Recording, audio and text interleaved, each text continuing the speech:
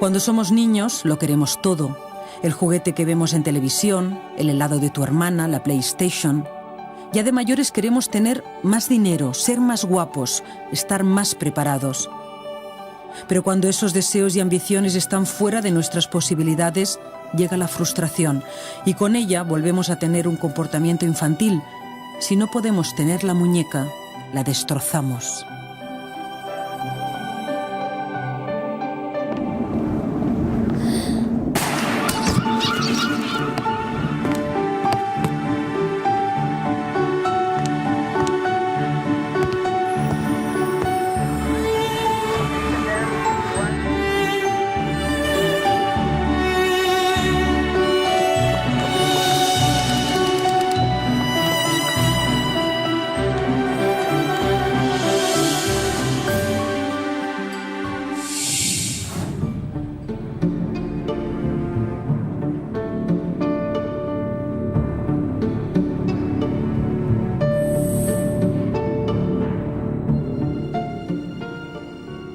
Se encuentra al lado de una colilla. La policía dice que esa colilla ha sido tirada después de que esa mujer esté muerta porque no ha sido arrastrada por el cadáver. ¿Cómo justificas la presencia de ADN en esa colilla? Es que el cadáver no fue arrastrado. El cadáver supuestamente, además de que indican que el cadáver en el primer... es que el cadáver supuestamente fue bajado hasta abajo, dando pequeños golpes con el martillo, supuestamente indican. Esta macabra historia empieza en la cuarta planta de un parking del barrio del Putxet de Barcelona. Durante 22 días, un asesino en serie hará enloquecer a toda la policía y sumirá en el pánico a las mujeres de la ciudad. Su nombre es Juan José Pérez Rangel, un joven capaz de conseguir que ninguna mujer se atreva a entrar sola en un aparcamiento por miedo a morir en manos del que pronto se conocerá como el asesino del parking. La tarde del sábado 11 de enero de 2003, Juan José espera a su víctima en la planta número 4 de un parking de la zona alta de Barcelona, justo al lado del ascensor y de la puerta que accede a la escalera de servicio. Unas escaleras muy poco utilizadas.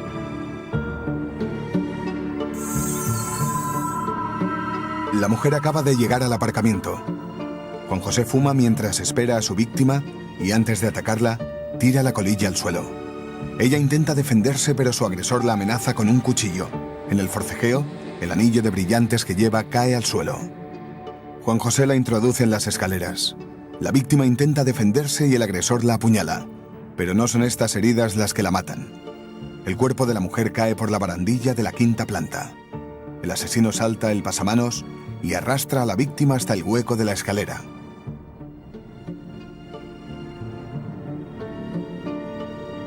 Utiliza un martillo para aplastarle el cráneo y rematarla. Tapa con una bolsa de basura el cuerpo y deja una huella de la palma de la mano. Según el informe policial, el homicida se fuma un cigarro y tira la colilla al lado del cuerpo de María Ángeles. Antes de irse, deja 2 huellas de zapato. ¿Dónde estabas el día que ocurre el primer crimen? El día que ocurrió el primer crimen, o las horas concretas en las que ocurrió, yo estaba primero en casa de mis padres, con mi abuela. ¿Puedes demostrar que ese día estabas en tu casa con tu abuela? Claro, es que un testigo familiar no es válido. En teoría no hay lo que se llamaría coartada, ¿no? Que suena un poco feo. No existe, pero sí que existe la otra persona, ¿no? El asesino solo se lleva el bolso con las tarjetas y el móvil, pero deja todas las joyas. Sale del aparcamiento y se para en el primer cajero que encuentra en su camino, a unos 500 metros de la escena del crimen. Consigue 300 euros porque antes de matar a su víctima le sonsaca el PIN de la tarjeta. Ese mismo día intenta obtener dinero en un cajero situado bastante lejos del parking, en pleno centro de Barcelona. No lo logra, pero una cámara de seguridad obtiene una imagen de él. A esa hora, los hijos y el marido de la mujer asesinada están muy preocupados. La víctima es María Ángeles Ribot, una mujer de 49 años que tenía que haber llegado a las 2 de la tarde a su casa y aún no ha aparecido. Yo fui al parking, donde guardaba ya el coche, y el coche estaba allí, cerrado, lo cual también me extrañó muchísimo, y entonces sí que ya pensamos que algo extraño había pasado, ¿no? Los hijos se habían acercado a la comisaría, habían puesto la denuncia, y cuando volvieron al parking decidieron dar un vistazo por las plantas, por ver si veían alguna cosa. Y su sorpresa fue el comprobar que debajo de la escalera, en la quinta planta, se encontraba el cuerpo de su madre. Los hijos, Andrea y Cristian, recuerdan un año más tarde, en el juicio contra el asesino de su madre, la angustia desgarradora de esa fría tarde de enero. Y entonces me subí por las escaleras del ascensor, y cuando estaba subiendo de la quinta a la cuarta planta, justo en la escalera vi que había algo brillante en el suelo, y me di cuenta enseguida de que era el anillo de mi madre, de pedida. Entonces lo cogí, en ese momento me puse muy nerviosa, me lo puse en el dedo. Y Andrea se quedó parada y me dijo que había algo en el hueco. Yo me asomé por la barandilla porque estaba en el segundo peldaño de la escalera. Me asomé por la barandilla, saqué medio cuerpo. Miré, había una bolsa de basura y se asomaba una mano. Vino la policía, bloquearon el parking, no nos dejaron bajar hasta bien entrada la noche, a las 11 y pico así, entonces que me pidieron que bajara yo. Yo bajé, estaba la juez ya abajo. Evidentemente ya nos habían dicho que habían encontrado un cuerpo y me pidieron que lo identificara. Yo bajé con mi hermana y entonces pues descubrimos que era mi mujer, que había sido encontrada allí. La policía fotografía minuciosamente la escena del crimen. La imagen del cuerpo escondido de la víctima impacta a los agentes. Las fotografías nunca se han publicado. Son 5 fotos. La primera muestra el cadáver semidoblado y cubierto por una bolsa de basura de tamaño industrial. Junto al cuerpo, una colilla, aunque no es la única que se encuentra en la escena del crimen. La segunda instantánea detecta una segunda colilla junto a una papelera. Todo el lugar está lleno de restos de sangre. La tercera foto recoge una marca de zapato que ha quedado impresa sobre la sangre de la mujer. La enorme bolsa de basura también contiene numerosas gotas de sangre. Además, se observan las marcas que ha dejado el arma con la que ha matado a la víctima. La última foto retrata su abrigo manchado, especialmente en su parte superior. Coincide con las zonas donde recibe mayor número de golpes y puñaladas, en el tórax y en la cabeza. En una de sus esquinas, los agentes señalan la marca de sangre que el zapato del agresor deja en la prenda.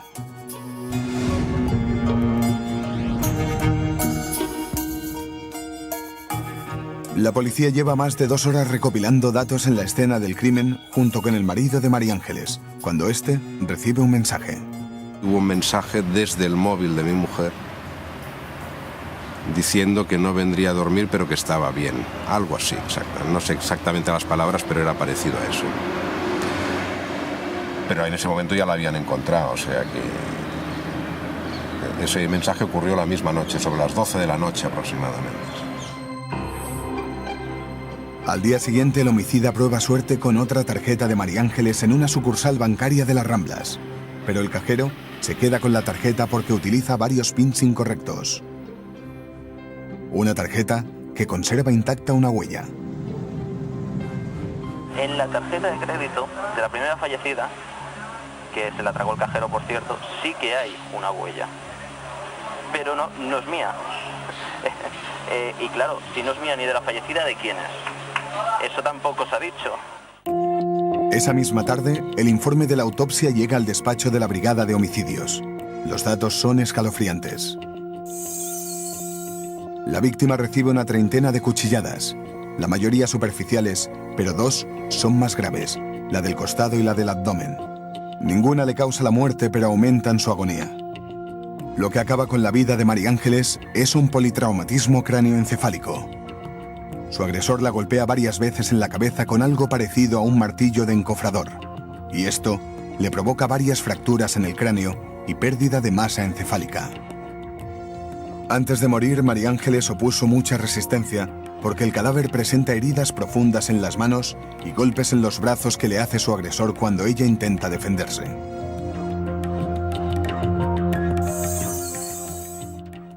Hasta el lunes la noticia de la muerte de María Ángeles no llega a los periódicos y le dedican muy poco espacio. En las redacciones aún no saben que pronto se enfrentarán a una historia que ocupará decenas de portadas. Un día que recibo una llamada de una persona que conoce de la investigación y que me explica una serie de datos que hacen que no me permite revelar, pero que hacen que digamos, a partir de ese momento permanezca muy atento. Y es que me revela que alguien desde el móvil de la víctima ha llamado a la familia.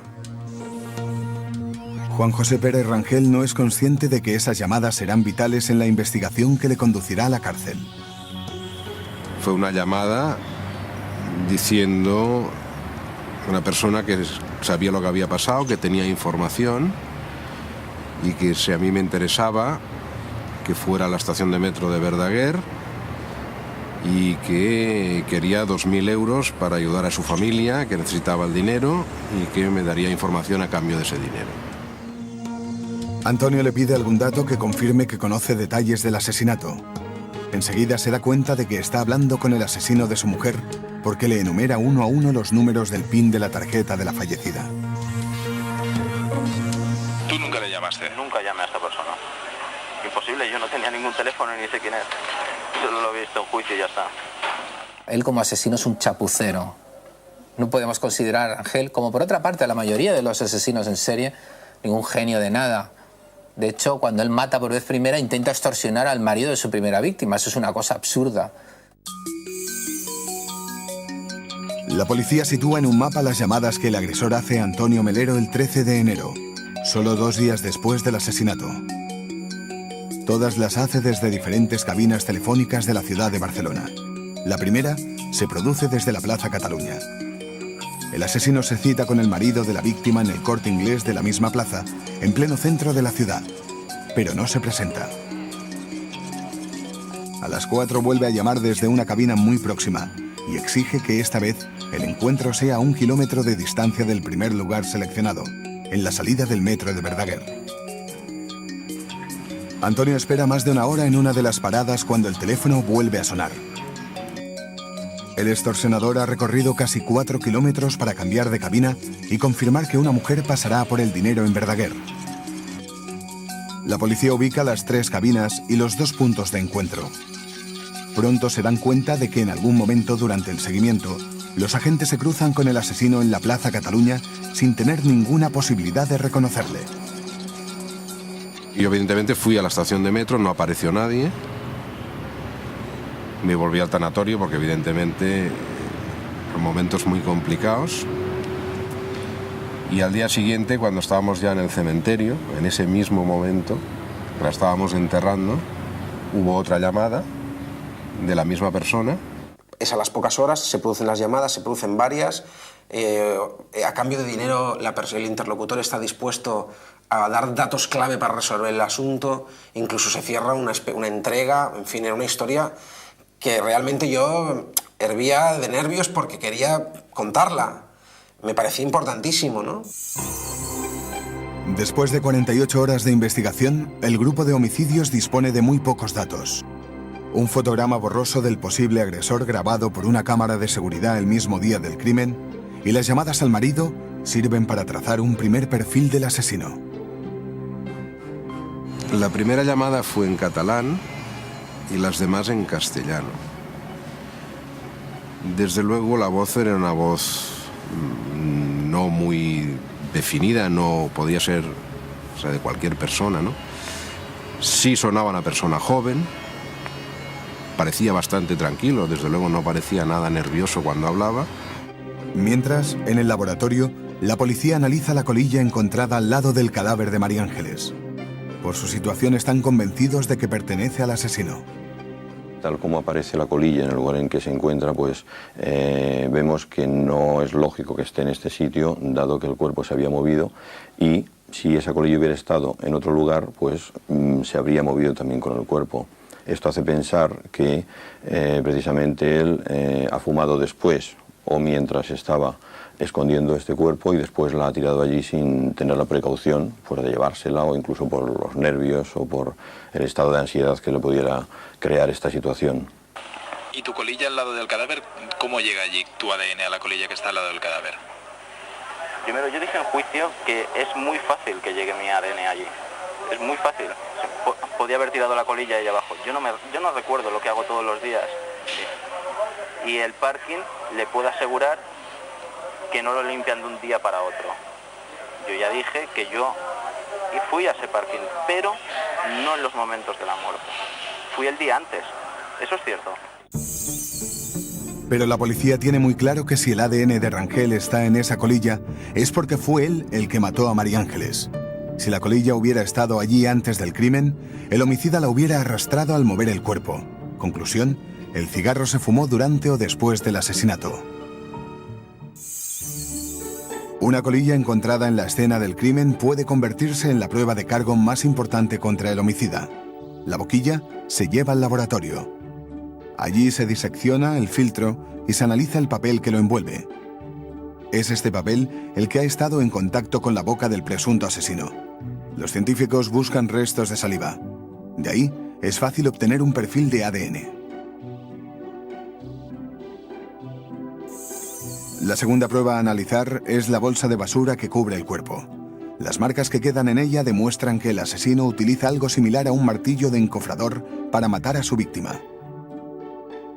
La bolsa es de tamaño muy superior a las que utiliza el servicio de limpieza del parking. Por tanto, el autor la trajo consigo. Una de las bolsas que cubre el cadáver coincide con una que encuentran en tu casa. ¿Qué tienes que decir a eso? La bolsa de basura que cubría a la primera fallecida era de tamaño industrial de 1 metro por 1,75 metros. No son las del mismo tamaño que las encontradas en casa de mis padres. La única similitud remarcable es que son de color negro. Por supuesto no eran de metros por 1,75 metros, eran mucho más pequeñas. Pero Juan José Pérez Rangel se olvida de un pequeño detalle. Su huella palmar está en la bolsa que cubre a la víctima. La policía científica revisa milímetro a milímetro toda la superficie de la bolsa hasta encontrar algún indicio de huella. El contraste del polvo blanco resalta las marcas. Una vez localizadas, las definen más nítidamente ayudados por una luz forense. A partir de aquí, solo queda llevarla al laboratorio y compararla con las huellas palmares de las personas ya fichadas. El palmar de tu mano coincide plenamente con el palmar de la mano que se encuentra en la bolsa de la primera víctima muerta. Sí. ¿Por qué está tu palmar ahí? Es la misma cuestión de que también habían varias huellas más, habían, si no recuerdo mal, 5 huellas y es una huella parcial. Yo ya comenté de que podría ser mía, pero las otras de quiénes son, porque las otras no coinciden. De la bolsa habían varias huellas que no eran mías. ¿De quién son? Sí, pero ¿qué hace una huella tuya en la bolsa que cubre un cadáver y una colilla tuya al lado de ese cadáver?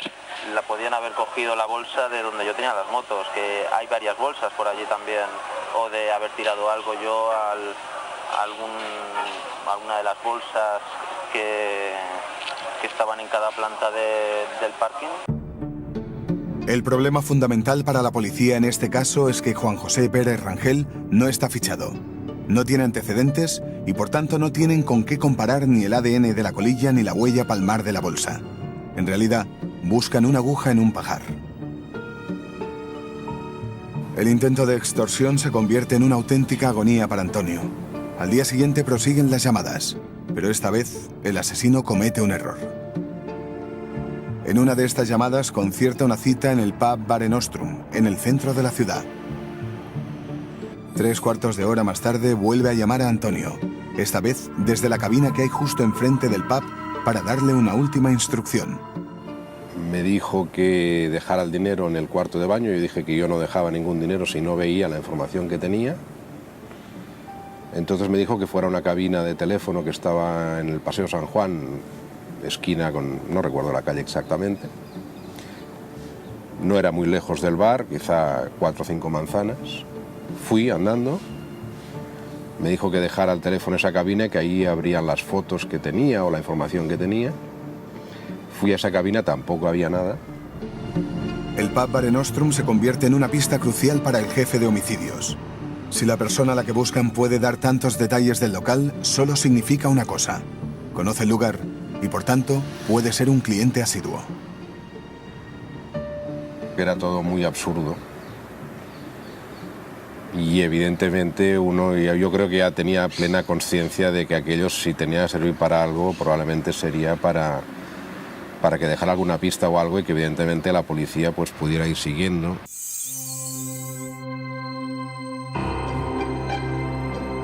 Han pasado 11 días y parece imposible estrechar el cerco policial.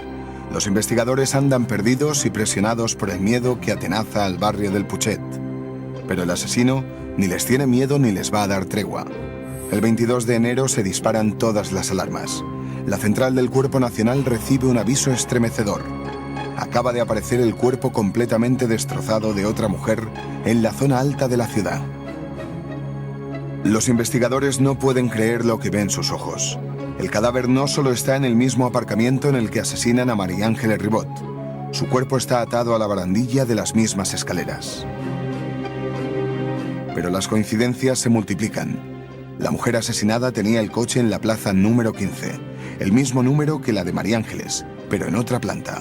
Ahora sí que no hay lugar a dudas. Es la rúbrica de un asesino en serie. La mecánica fue parecida, en este caso mucho más violenta, eso sí, pero cuando ves esto te encuentras ante un reto. Dices, vale, esta persona lo que está haciendo es provocarnos para ver si somos más listos que él, a ver si le descubrimos, porque, a ver, es una provocación directa, es decir, mira, ahí tenéis otro cadáver en el mismo sitio. A ver cómo lo hacéis para descubrirme. Pasando por delante de la calle, que estaba al lado de casa, ya vimos otra vez el mismo follón de cintas de precinto, policía, coches de policía y tal, en el mismo sitio, y evidentemente eso fue un gran shock también, ¿no? Entonces recibí una llamada telefónica de una persona y que recuerdo que al principio se mostró como misteriosa, era una fuente policial. Había un crimen. ¿Dónde ha sido? Es que ha sido en un parking. Le dije algo parecido a no me digas. Sí, pero es que es en el parking de la calle Beltrán, donde apareció hace 5 días, hace una semana, otra mujer. Realmente yo le pregunté, ¿esto va en serio? Me dice, sí, en este momento hay un lío que te mueres, aunque él utiliza una expresión bastante más escatológica. Juan José Pérez Rangel vuelve a la escena del crimen para repetir exactamente el mismo modus operandi. Maite de Diego, una mujer de 46 años, aparca su Fiat Punto en la plaza 15 de la primera planta. Desde que asesinaron a María Ángeles vive aterrorizada y le da miedo entrar sola al parking. Cuando se encuentran, el miedo bloquea a Maite y no ofrece ninguna resistencia. Esta vez, el homicida va bien provisto. Lleva unos grilletes, una bolsa de basura y cuerda para atarla. En la mano, solo el martillo de encofrador. Los dos bajan el tramo de escaleras hasta el descansillo de la quinta planta. Esta vez el agresor decide esposar a su víctima a la barandilla y recrearse en su sufrimiento. Le quita los cordones de los zapatos, los utiliza para inmovilizarla y la amordaza. Ella no tiene ninguna posibilidad de moverse ni de gritar, pero el asesino no quiere ver la cara de Maite antes de ejecutarla. Le pone una bolsa de basura en la cabeza y la mata destrozándole el cráneo con el martillo. Maite queda recostada en las escaleras. Su agresor no tiene demasiada prisa, se siente seguro. Sabe que la posibilidad de que alguien baje hasta allí es mínima. Limpia el arma en el anorak de su víctima. No se interesa por ninguna de sus joyas, pero se lleva el bolso no sin antes dejar una huella de zapato.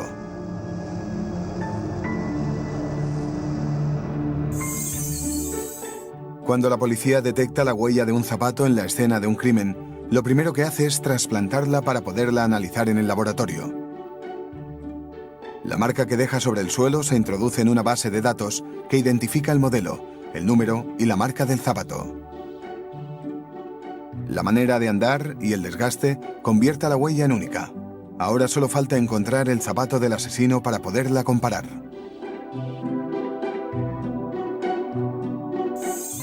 La segunda víctima es Maite de Diego, una mujer de 46 años que regenta un gimnasio con su marido muy cerca del parking. Al ver que pasa el tiempo y no regresa al gimnasio, su marido, Ruperto, decide ir al parking a buscarla. La encuentra muerta en las escaleras de la quinta planta.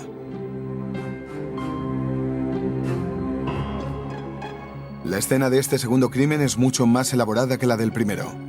Maite de Diego yace muerta con una bolsa de basura en la cabeza, con los pies atados y las manos esposadas a la barandilla. La policía toma fotos de cada detalle. Primero marcan la bolsa de basura con su número de diligencia y el nombre de la víctima.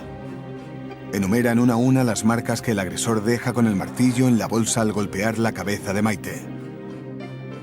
Observan que esas marcas son cuadradas con una pequeña semicircunferencia en uno de los lados, lo que indica claramente que el martillo utilizado es de encofrador. Esta vez la bolsa también está cubierta de salpicaduras de sangre. La segunda prueba es el cordón con el que el agresor ha sujetado la bolsa de basura al cuello de la víctima. En una fotografía más al detalle se observan restos corporales adheridos a la cuerda. Fotografían también la hoja del diario La Vanguardia que el asesino introduce en la boca de Maite antes de amordazarla. El diario es del 17 de enero, comprado entre el primer y el segundo asesinato. Después de analizar toda la escena, no hay duda. La policía se enfrenta a un asesino en serie. Es una escena donde claramente la mujer, con la cabeza tapada, especialmente en el segundo crimen, con el pie vinculado a la barandilla, con una esposa, la propia mujer esposada, eso deja un efecto, eso deja una impresión. Cuando tú haces eso, estás transmitiendo algo a la policía, que es lo que lo va a descubrir. Lo que está diciendo es, esta persona no valía nada. Mirad lo que he podido hacer y vosotros no lo vais a impedir. En el segundo fallecimiento, o la segunda fallecida, no solo habían huellas en esa bolsa que le cubría la cabeza, ¿no? También habían huellas en la barandilla, si no recuerdo mal, de 11 a 15 huellas, que ninguna coincide con las mías, ¿no? ¿De dónde han salido? Es la misma cuestión, ¿no? Lo bueno o lo que es válido para mi defensa en ningún momento consta, ¿no? Pero todo lo que es malo sí. A diferencia de María Ángeles, el cadáver de Maite no presenta ninguna cuchillada.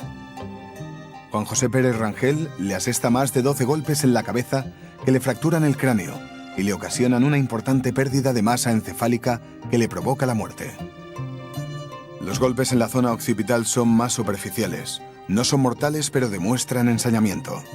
A medida que pasan los minutos, los golpes son cada vez más fuertes. Los impactos recibidos en la zona parietal provocan daños irreversibles y en pocos minutos la muerte.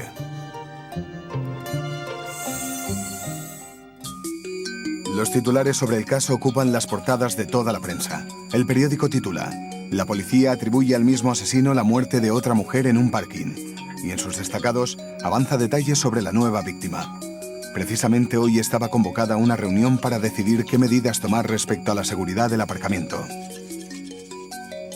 El Mundo titula: La policía busca a un psicópata como autor de los crímenes del parking. En sus páginas interiores da más detalles. Un testigo aseguró que el hombre entró muy alterado y gritando: «Mi mujer está muerta. ¿Cómo se lo voy a explicar a mi hijo?».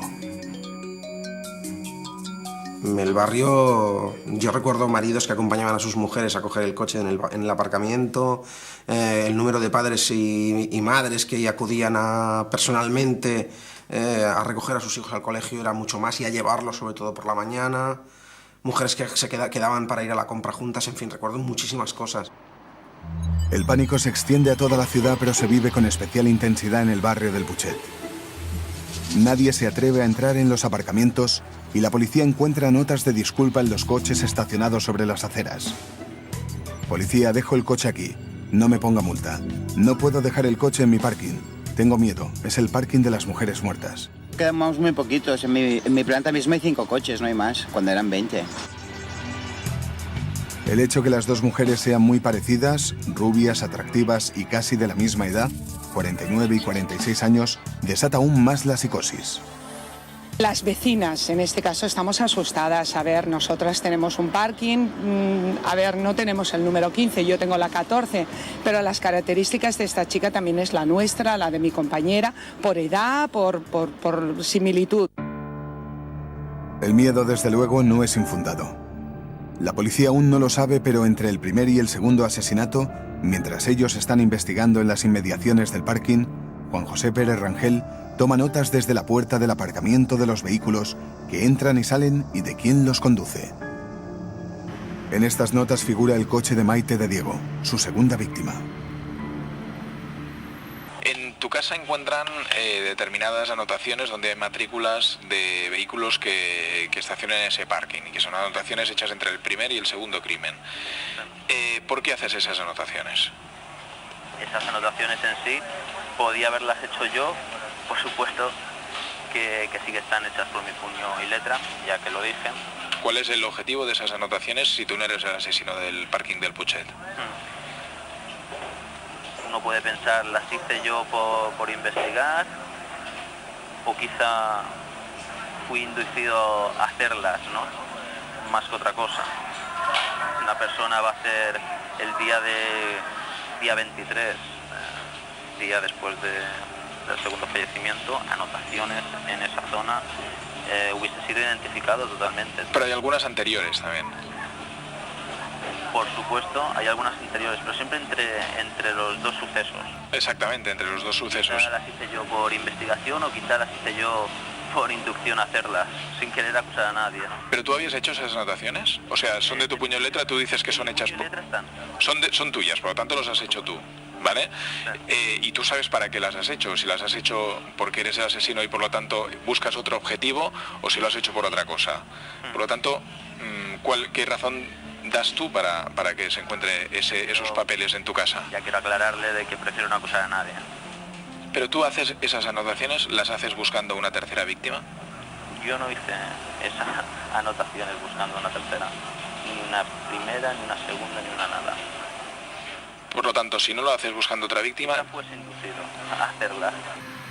Este segundo crimen es una copia casi exacta del primero, incluso en la reacción de Juan José después del asesinato. Lo primero que hace es ir al mismo cajero al que fue tras matar a María Ángeles, pero no consigue sacar dinero.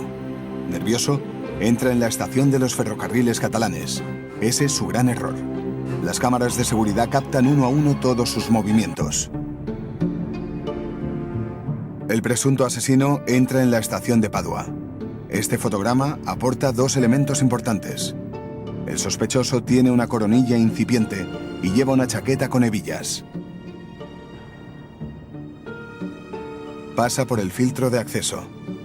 Una segunda cámara capta el mejor de sus ángulos, una imagen bastante nítida de su cara tomada de frente. En la parte inferior derecha se ve el mismo individuo avanzando por el andén. La policía cree que ha pasado muy poco tiempo desde el homicidio hasta que se toman estas imágenes. El sospechoso está indeciso. Va y viene por los andenes hasta que solo 2 minutos después de entrar en los ferrocarriles decide volver a la calle. Durante todo este tiempo va revisando la cartera que lleva en las manos. Encuentra en la cartera una nueva tarjeta y prueba suerte en el mismo cajero, pero la tarjeta es de la tienda de ropa Zara. A los 3 minutos y 16 segundos de su salida de la estación vuelve a entrar. Evidentemente no ha conseguido sacar un céntimo. Vuelve a los andenes y continúa manipulando la cartera de Maite.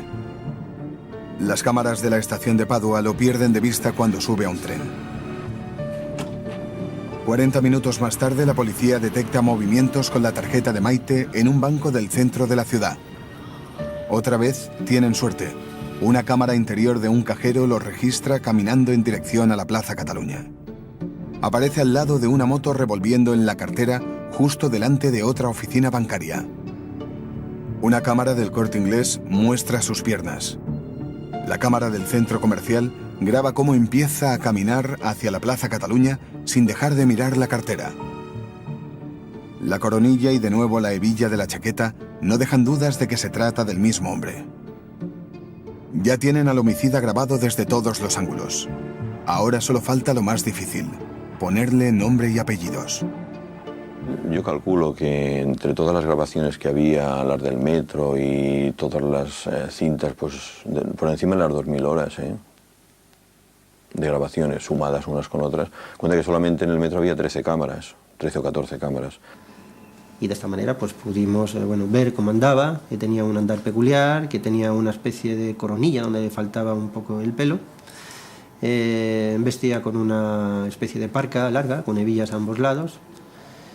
Y bueno, y básicamente se correspondía con los datos que teníamos de la calle Fontanella. ¿Eres tú el que aparece en esos fotogramas? No, no soy yo. En los fotogramas de las cámaras de seguridad de bancos, en ningún momento me identifican en los estudios, viendo que no, claramente, que no era yo. En las cámaras de seguridad de lo que son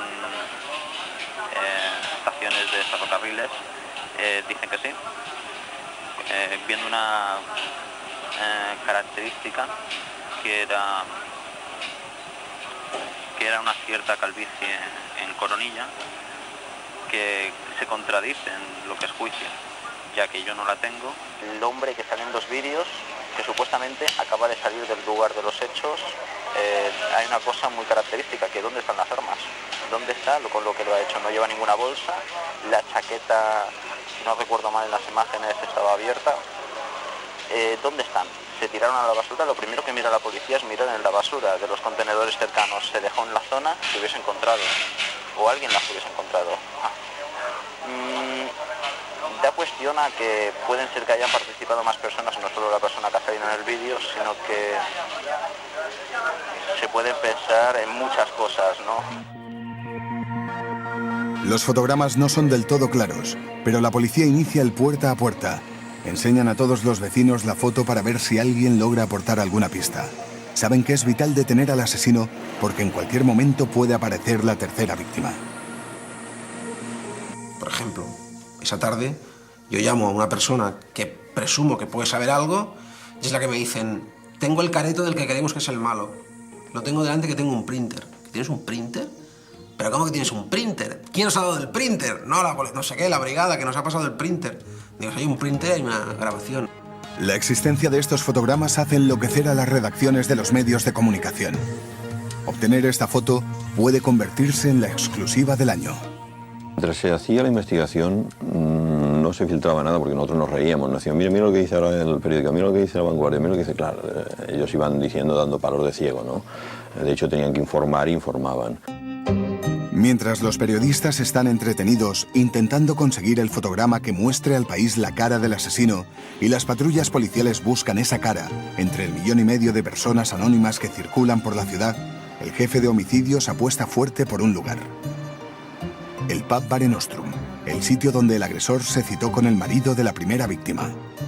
Porque pensábamos que era una zona conocida por el agresor, y este dispositivo de vigilancia discreta nos permitió identificar fuera de lo que son, prefiero las proximidades del bar, algún sujeto que pudiera responder a las características de la persona que andábamos buscando. Y fue con ocasión de este dispositivo cuando conseguimos identificar a Rangel. ¿Tú eras cliente habitual del Mare Nostrum? Cliente habitual. Me movía por la zona, iba varias veces. Muy habitual no era. Lo había pisado varias veces, sí, pero no. Durante varios días los agentes de la brigada de homicidios se turnan en el bar y fingen ser clientes. El 27 de enero, Juan José entra en el pub.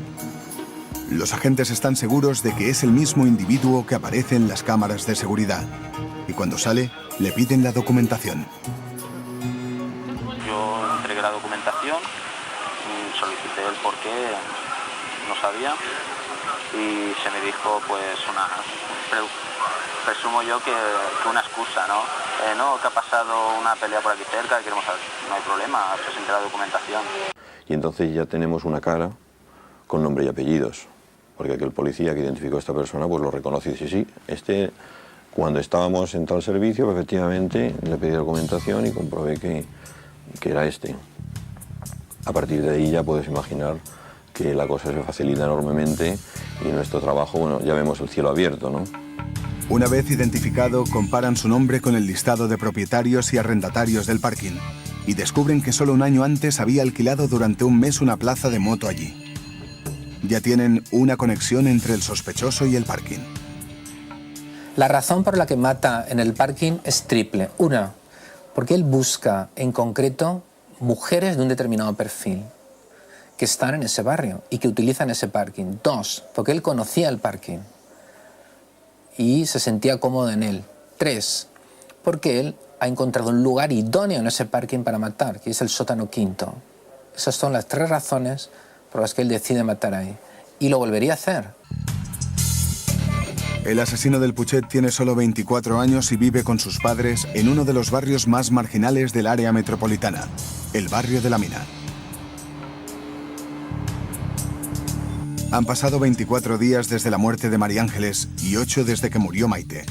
La policía ya tiene un sospechoso claro y la presión mediática es brutal, tanto que el miedo a las filtraciones precipita la detención. Esos rumores insistentes de la detención y de que un medio de comunicación lo iba a filtrar, etcétera, etcétera, al final lo detienen, y no lo detienen en su casa, lo detienen interceptando el vehículo en el que iba con su madre, en la ronda litoral.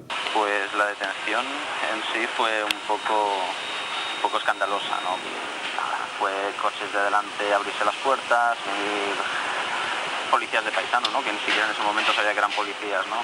Los del coche de atrás, todo muy rápido, ¿no? Punta de pistola, sacarme y meterme en un coche supuestamente esposado, ¿no? Y de ahí ya comisaría. La policía respira tranquila porque ha evitado lo que más temía, una tercera víctima. Por fin ven la cara de la persona que les ha quitado el sueño durante 24 días. Hermetismo absoluto. Es una persona totalmente fría. Fría, o sea, una persona de aquellos que les miras y no sabes si tiene alma, ¿no? Aquello que dices, bueno, esta persona es un témpano, ¿no? Hermético, parece que la historia no iba con él. O sea, de hecho, no tenía ningún ápice de, ¿cómo te diría?, de humanidad. O sea, aquellas personas que te pueden dar escalofríos cuando las ves porque dices, bueno, ¿esto qué es, no? Esta era la sensación, o sea, de total frialdad. Cuando te detienen y te llevan a comisaría, sí, tú no decides no declarar ante la policía. Sí. Eso es un... No, yo ante la policía no declaré por consejo de mi abogado. Si eres inocente, lo normal es que tú hubieras querido declarar. Y yo quería declarar, pero él me dijo que no. Ante la policía yo declaré antes de... Bueno, eso mejor que no lo pongan porque eso es ilegal. E incluso la policía dijo que yo había declarado que era culpable, algo que es ilegal, ¿no? Sin la presencia de un abogado.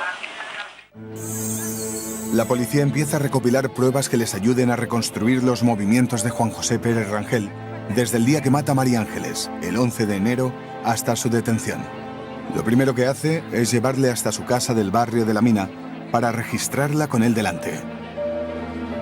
Mientras los vecinos de la Mina esperan su salida, los agentes se quedan estupefactos con la cantidad de evidencias que encuentran en el absoluto caos de su habitación.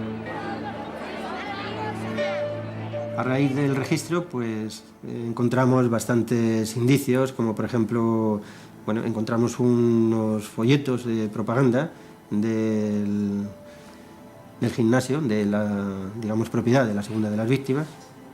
Encontramos también unas llaves de grilletes, que eran llaves de estas que de grilletes que no son originales, pero digamos dan el pego y se venden en tiendas de sex shop. También encontramos unos periódicos donde venían artículos de los crímenes del Putxet, haciendo mención, creo, a un posible sicario, y en manuscrito en bolígrafo aparecía la palabra secreto, secreto, secreto. En las diligencias policiales consta que las llaves que se encuentran en tu habitación abren los grilletes de las esposas de Maite de Diego. Pero hay que añadir a esto que tendría que mirarse por fabricante. Si de esos grilletes coinciden las llaves, se fabrican a la vez. En ningún momento han mirado eso. Era de apertura simple y además esos grilletes supuestamente tenían abertura en las propias esposas, una palanquita para abrirlas. Es absurdo el decir que coinciden. Es que no se miró. ¿Que las abren? Sí. Como las abrirán miles. ¿No te parece muy coincidente que se encuentren las llaves que supuestamente pueden abrir esas esposas y que se encuentre un listado de coches que entran y salen y que se encuentre un periódico en el que aparece secreto, secreto, secreto cuando se habla del crimen del Puchet? Esta llamada por ahora no. Prefiero dejarlo así. El registro dura varias horas, suficientes para que los ánimos en el barrio se vayan calentando.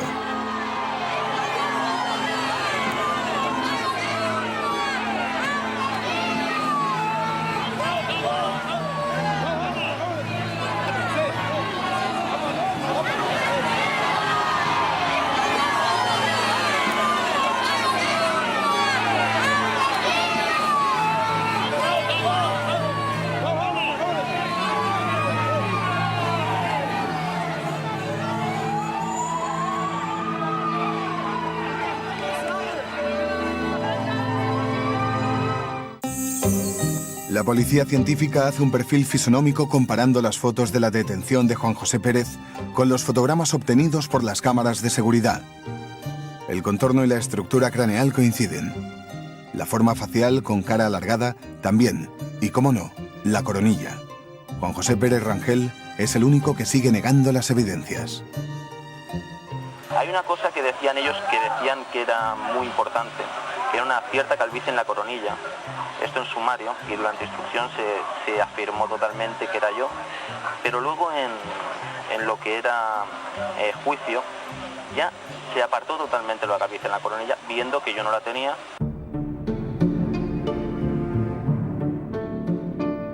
Es el hecho de tenerlo, de pasarlo a disposición judicial y de comprobar que efectivamente todo el trabajo que has hecho está perfectamente hilvanado, de manera que esta persona no va a tener posibilidad de escapatoria, por así decir, dado que todas las pruebas le incriminan directamente. En algunos casos son circunstanciales, pero son tan concretas que es muy difícil decir, no, a ver, si usted utilizó esta tarjeta de crédito, claro que no vimos que fue usted el que utilizó la tarjeta de crédito, pero la llevaba usted inmediatamente después, entró en el metro y ahí sí que vemos que era usted el que entró en el metro y que además llevaba en la mano. En fin, toda esta serie de hechos circunstanciales son los que al final acaban demostrando que este trabajo arduo pues no ha sido en vano. Las pruebas contra él son cada vez más evidentes y Juan José se niega a declarar también ante el juez que instruye el caso. Soy inocente. La tensión en los juzgados es muy fuerte. Y le he preguntado directamente, allí en la sala, si él había matado a mi mujer. Cosa que me han dicho que no se podía hacer. Es decir, he de estar allí en silencio y sentadito. ¿Y el que ha contestado? No ha contestado nada. Yo quiero saber de su boca. Quiero saber las pruebas. Quiero tener la constancia absoluta de que ha sido él. Si recuerdas qué hiciste o qué estabas haciendo o dónde estabas el día que asesinan a Maite de Diego. La segunda fallecida, ¿verdad? Sí. Yo en ningún momento estaba ahí. Hay un testigo que sí que estaba conmigo esos días, que yo dije que estaba conmigo. En ningún momento sale su nombre en sumario, ni sale su afirmación, que supuestamente pasó todo 2 semanas conmigo. Un testigo que es válido para mi defensa, prefieren no decirlo, ¿no? Yo prefiero, por supuesto, no decir nombre, ¿no? Por si algún día, quién sabe, hay una repetición de juicio, esperemos que pronto. El trabajo de la policía científica y de los investigadores de homicidios responde una a una todas las incógnitas sobre el caso y desmonta las explicaciones de Juan José. Él vive en un barrio de gente muy modesta y un año antes elige uno de los lugares más caros de Barcelona para vivir con su novia. Alquila una plaza de parking que solo paga el primer mes, pero se queda con las llaves. Eso explica su facilidad para entrar y salir del aparcamiento. Tú tenías el parking alquilado y pagaste un mes. Y esto sucede muchos meses después de que tú tengas ese parking alquilado. Tú en principio no podías tener un vehículo dentro del parking. Prefiero no comentar eso ahora. Lo de la colilla, el día antes de los hechos sí que fui al parking. Pero el mismo día no. Ese día yo no fui. el día antes de que muriera la primera víctima, tú vas al parking, pero tú tienes tu vehículo allí. En principio, si no has pagado el parking, no puedes tener tu vehículo dentro. Ya se lo daré de la otra manera. Eso todavía no. Prefiero no darlo ahora. En su casa hallan una tarjeta de una agencia rusa de contactos. Su propietaria, Irina, explica que el día que matan a la primera víctima, Juan José había quedado con ella y con una chica rusa por la que había pagado 600 euros para iniciar una relación. Las dos le esperaron varias horas, llegó tarde y manchado de sangre. Y esta chica es la que dijo que llevabas manchas de sangre, que tenía restos de una pelea en... No fue esta, fue otra persona la que lo dijo, que habló en nombre de la persona en concreto que yo fui a buscar. Que claro, Si hablamos de Irina en este caso. Exacto, esta persona habló en nombre de la otra, dijo que habló sobre el día 23, pero no llegaron a preguntar sobre el día 22. ¿Y tú ese día ibas, tenías signos de pelea, tenías signos de sangre en el cuerpo? Por supuesto que no. Si no hubiese sido visible tanto en la calle o en cualquier lugar que yo tenía eso, ¿no? Yo no tenía ningún signo de sangre ni de nada. Irina declara ante la policía y ante el juez y su testimonio es detallado. Vino unas 2 o 3 horas más tarde. Bueno, lo vi un poco nervioso. Me comentó que había tenido un accidente del coche. Y vino un poco sucio, con la ropa manchada. En su fantasía, las mujeres del Puigcerdá se convierten en un objeto de venganza. Y por eso, como todo asesino en serie sexual, mata a las mujeres y las tortura. Porque cuando las tortura lo que está diciendo es, de acuerdo, ¿y ahora quién manda? ¿Y ahora qué sois? No me miráis cuando camino a vuestro lado, no me consideráis digno, pero ahora dime, ¿quién es el que manda? ¿Quién es el puto amo en esta situación? Yo te voy a demostrar ahora quién soy. Ese es el terrible mensaje de Rangel. Juan José no tiene ninguna coartada clara y el brillante trabajo de la policía científica resulta fundamental el día del juicio.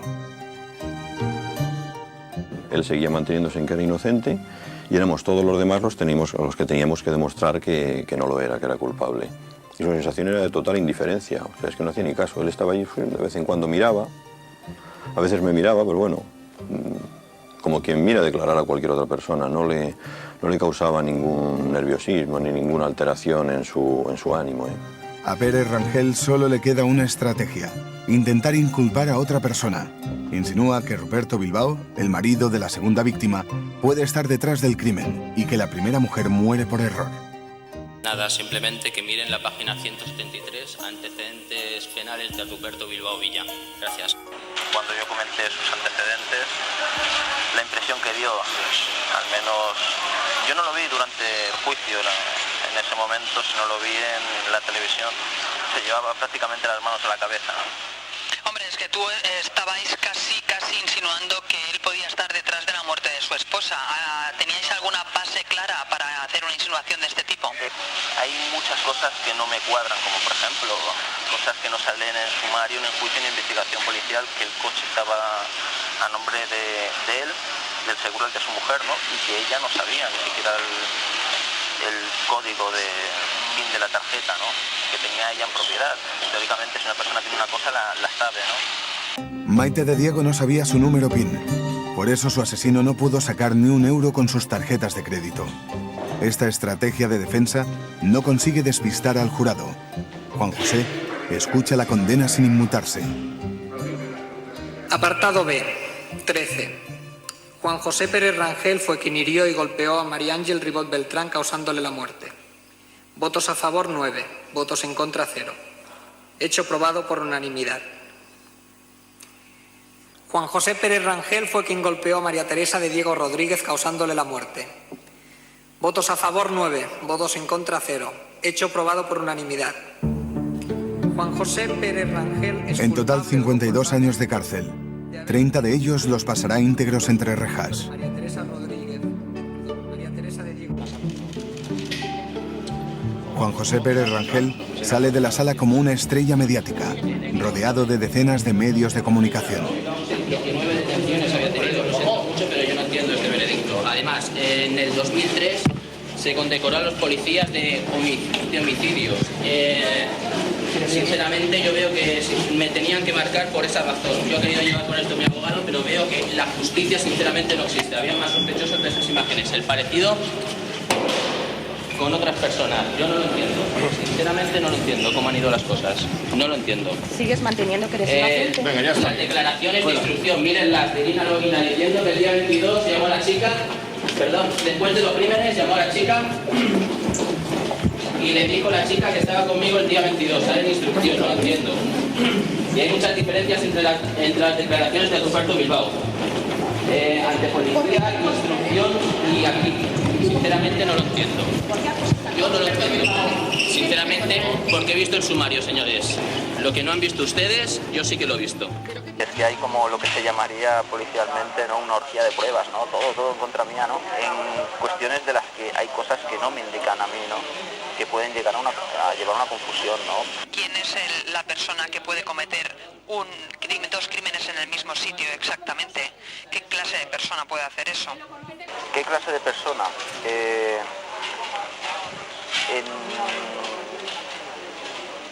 ¿Cómo podría decirlo? La persona que hiciera eso podría ser un ajuste de cuentas, podría ser algo pasional, sin querer señalar a nadie, ni un psicópata no lo creo. Y un robo, al menos a mí no me señalaría, porque en ese momento yo no tenía tanta necesidad de dinero, y no tenía necesidad de dinero. Al no haberla, y el robo ya descartado, se indujo a una psicopatía, pero es que también el examen psiquiátrico dice normal. A mí, cuando se me miró, dijeron que estaba normal. No hace falta estar loco para cometer un crimen. La frustración que nos provoca desear lo inalcanzable puede llevarnos al odio y al resentimiento.